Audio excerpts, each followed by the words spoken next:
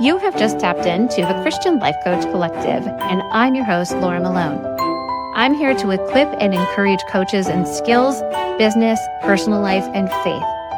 I believe you're already 100% worthy and capable, and you're called for such a time as this. So let's get you walking it out with courage and confidence so you can be an amazing coach who sees transformation and great results in both your life and the lives around you. Let's get started. Okay, so I want to start this episode with a question.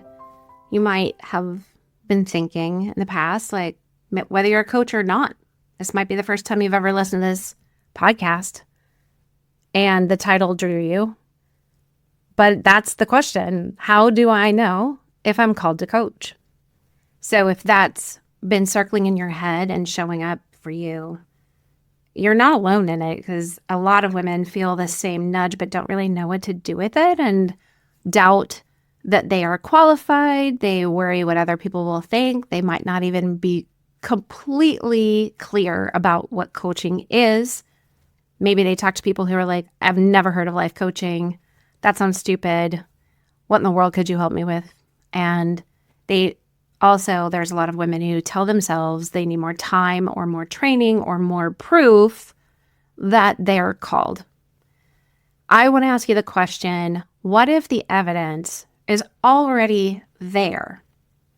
Because the calling to coach, it's not going to be on a billboard on the side of the highway, right?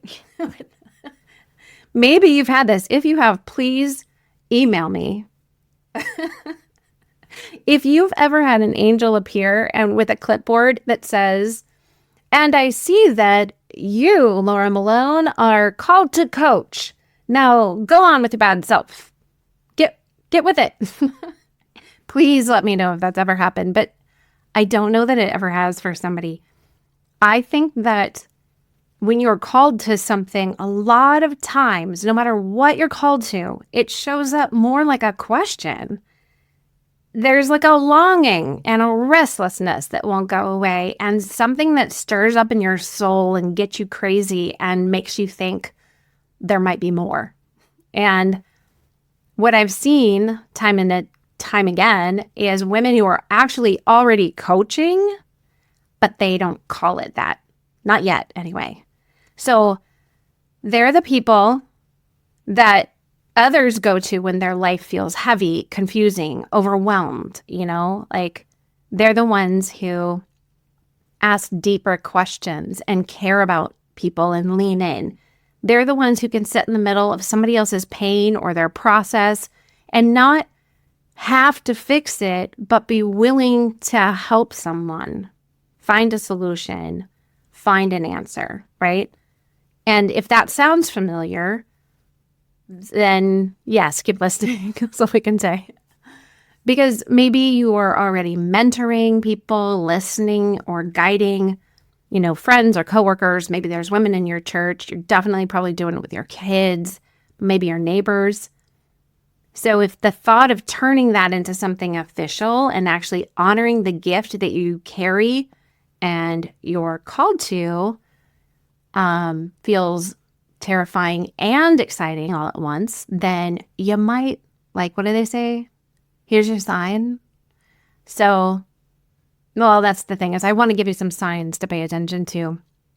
If people open up to you easily and strangers feel safe around you and tell you things they don't know why they just said that, and you find yourself listening, and you deeply caring and being fully present for the person in aisle 34B at Home Depot or Costco, you might be a coach.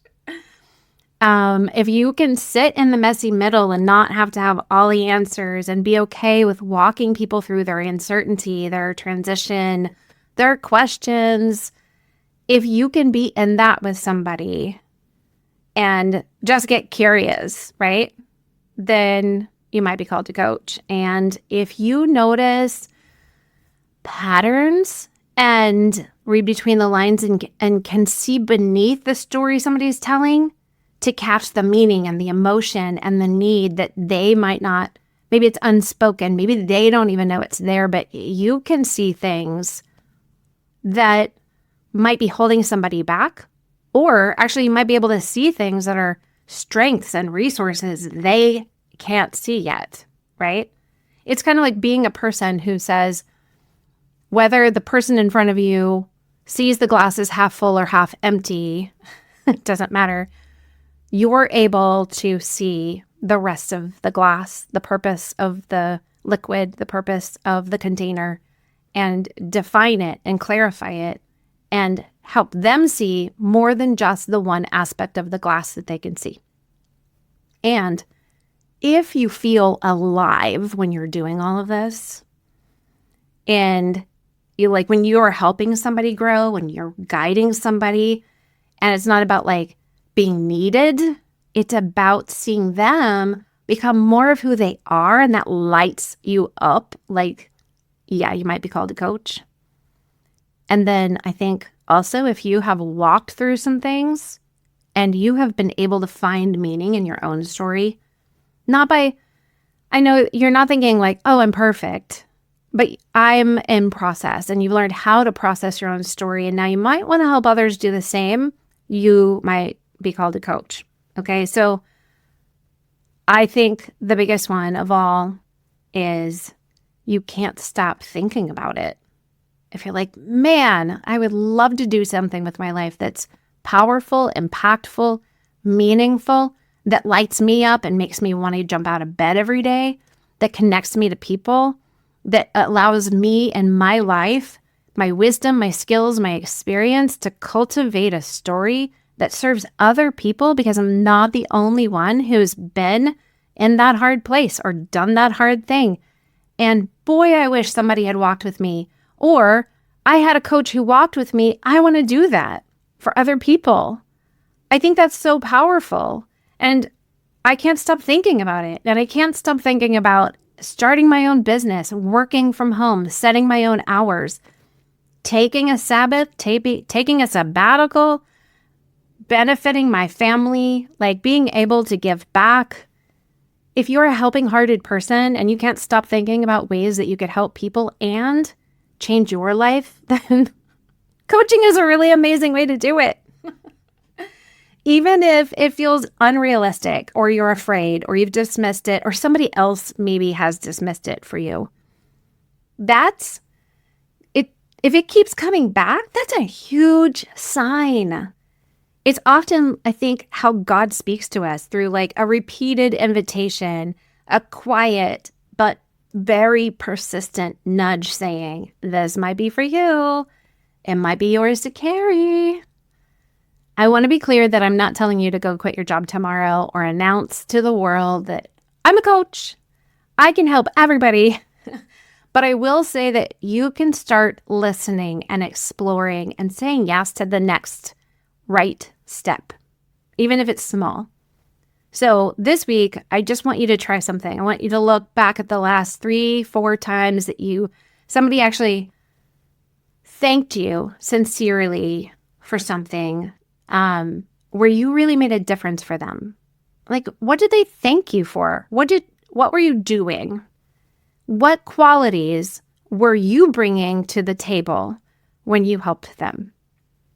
And this happens to me in the store all of the time. Strangers literally tell me everything. And the greatest thing about being a coach is that I have the eyes to see everybody God brings in front of me as the right person to be in front of me. Like, I can feel the emotion welling up and tears coming to my eyes right now as I say this. The honor that it is to be called to something like this, and people are drawn to it. And I think of the years I wasted not seeing that I had something to offer, questioning myself, not afraid of doing something, but afraid of doing something without clarity and strategy is probably more my bent. And the honor it is, now that I see it, that people would share what they are going through, what they need, what they want, and they have no idea that I'm called to coach. They have no idea. I've been in ministry for 20 years. They have no idea who I am, what I believe, what I do, what I want to do.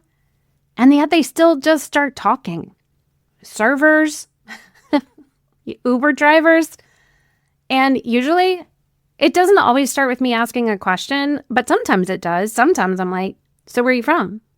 Tell me about yourself, I like to stay away from what do you do kind of questions because the identity of a person is so much bigger than what they do. So even my husband has been starting to ask people questions that are wider scope. Like we were at dinner the other night and he asked this couple, if you could do anything, what would you do if there were like no hindrances? Complete strangers sitting next to us at the restaurant. And it's so interesting the answers that you get from people when you let them show up, like things inside of them rise up with no agenda, right? I am never meeting people out in the world and telling them I'm a coach because I want them to buy something or, I'm not trying to make money off of anybody. When you're called to coach, you don't need to try to make money off of somebody because when you're showing up fully present in your gifting, strength, and calling, which is to be a guide to somebody, to be someone who helps people find solutions, and maybe you know of some solutions already, maybe you don't, it doesn't really matter. Can you help the person find one? I think it's just one of the greatest honors of my life is to be able to be accessible to people and just bring what I bring to the table. So how can you do that? That it's like your coaching call in disguise, like a masquerade party. You've got one of those beautiful masks that go over but your arm's tired because you're holding that up. That's what I think. If I ever went to a masquerade party and I had to wear one of those masks that I had to hold the whole time, I'd probably leave, or I would just take it off. Anyway, sidetrack, chasing butterflies. If any of this feels like I'm putting words to something inside of you, then maybe you're called a coach, I would be honored to walk with you. Obviously, the link is in the show notes if you want to start talking about this. I've got courses. You can get trained to be a coach, become certified as a Sterling and Stone coach, and learn the Pearl practice. You could jump into something that happens in the future that might potentially be something this fall that you can look forward to and apply to work with me and in a group setting. That might be fun. You might be thinking about that. You could take the Niche Clarity course, and that's just something real quickly you could do that will help you clarify your core message and kind of dig up the gold within you, then help see how that turns into a coaching solution that solves a problem that certain people have, right? No matter what, I want you to know that you don't need a title to be who you already are. You don't need permission to begin. You just need to say yes to what's already been there that God has been speaking to. And for those of you who are already coaching, already helping people and guiding people, but not getting paid yet, we're going to talk about how to recognize the value of what you're offering and start shifting into your coaching identity with confidence. So I'll talk to you then, and I bless you in your calling to hear and know the truth and start walking in it confidently that God will equip you with everything you need and He will finish the good work that He has started in you.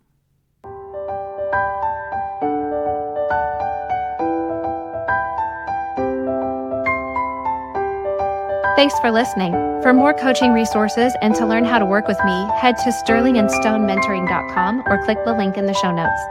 Remember, walk boldly in your calling, and I'll talk to you next time.